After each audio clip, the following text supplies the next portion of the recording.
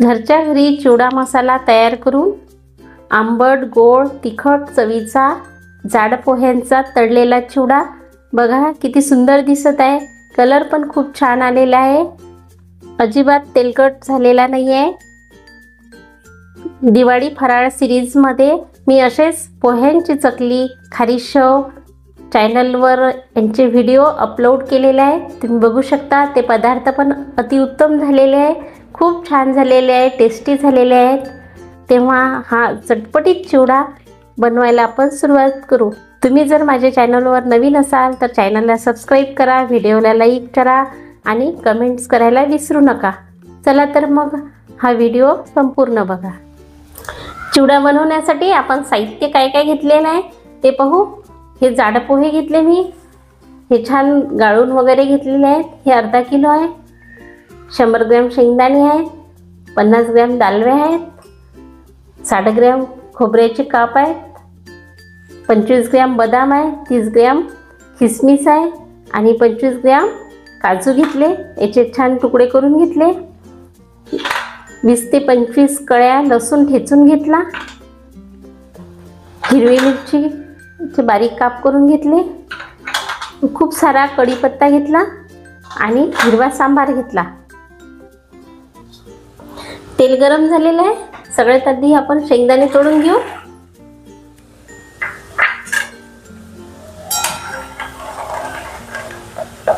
शेंगदाणे साल तडकेपर्यंत तळून घ्यायचे। शेंगदाणे तळून झालेले। शेंगदाणे जास्त काळपट नाही होऊ द्यायचे, कारण की हे जे बाहेर काढल्यानंतर याची तळण्याची प्रक्रिया चालू राहते। आता खोबऱ्याचे काप तळून घेते। हे अगदी लवकर तळणं होतात, जास्त वेळ लागत नाही।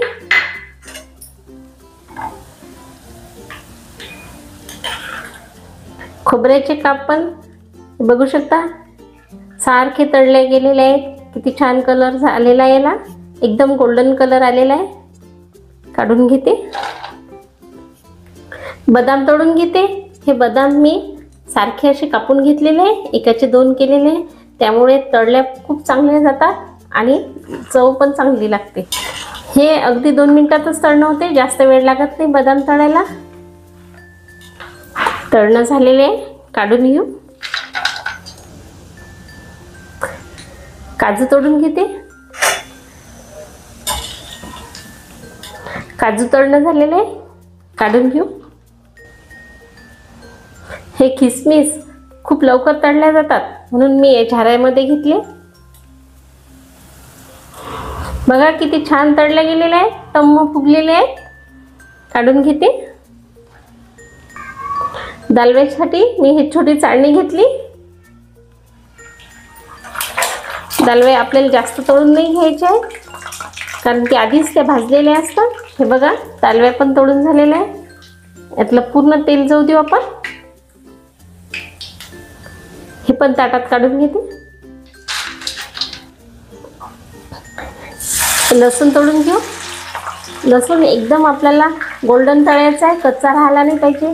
लसूण मिरची आणि हिरवा सांबार जर कच्चा राहिला तर चिवडा नरम पडू शकते, त्यामुळे ही खूप काळजी घ्यावी लागते। बाकी काही याच्यात विशेष नाही आहे। असं याच्यामध्ये चमचा फिरून खूप मस्त तळून घ्यायचा, कुरकुरीत तळून घ्यायचा लसूण। हे बघा लसूण पण किती कुरकुरीत तळून झालेला आहे, असंच पाहिजे आपल्याला। तुम्हाला आवडत असेल तर तुम्ही लसूण टाकू शकता, नाही टाकला तरी चालेल, परंतु चिवड्यात लसूण छान लागते। हिरवी मिरची तळून घेते। हिरवी मिरची एकदम कुरकुरीत तळून घ्यायची, ओलावा राहिला नाही पाहिजे मिरचीमध्ये। मिरची पण तळून झालेली आहे, कुरकुरीत आवाज येते। मिरची काढून घेते। आता कोथिंबीर तळून घेते। कोथिंबीर तळून झालेली आहे, किती कुरकुरीत झालेली आहे। काढून घेते। मी कोथिंबीर थोडी थोडी टाकली होती, कच्ची राहिली नाही पाहिजे, ओलसर राहिली नाही पाहिजे, सगळं त्यातलं मॉइश्चर गेलं पाहिजे, म्हणून 2 बॅचमध्ये कोथिंबीर तळून घेते। कढीपत्ता तळून घेते।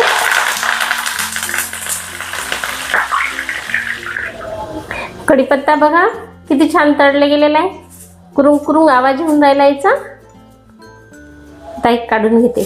सगळं तळून झालेलं आहे। आता पोहे तळून घेऊ आपण। पोहे तळताना जरा तेल जास्त गरम पाहिजे आपल्याला। हे बघा थोडेसे पोहे टाकून दाखवते तुम्हाला, लगेच वर येतात। हे असंच आपल्याला तेल पाहिजे। थंड तेल असलं तर पोहे तेल पितील आणि चिवडा तेलगट होईल, म्हणून असं तेल चांगलं गरम पाहिजे। आणि थोडे थोडे पोहे टाकायचे, जास्त नाही टाकायचे।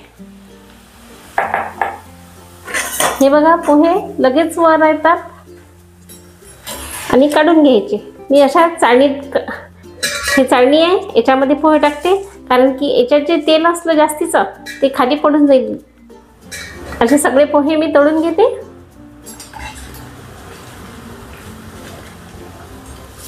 पोहे तळून झालेले आहे। आता चिवडा मसाला बनवू। सगळं तळून झालेलं आहे। पोहे आपण शेवटी तळले, कारण की तेल काढं होऊ शकते।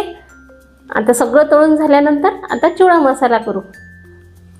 त्यासाठी मी मिक्सरच्या भांड्यात टाकते 2 चमचे धने, 2 चमचे बडीशेप, 2 चमचे साखर, 1 चमचा मीठ, अर्धा चमचा चाट मसाला, अर्धा चमचा हळद, भाजलेले जिरेची पूड अर्धा चमचा,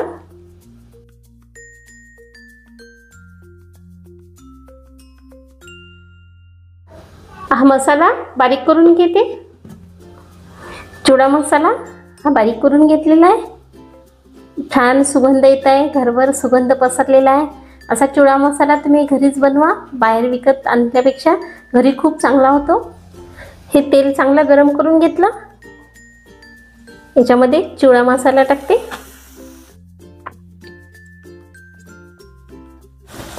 हे सगळं मिक्स करून घ्यायचं तेलात आणि पोहेवर टाकून घ्यायचा। आता आधी हा मिक्स करून घ्यायचा पोहेमध्ये।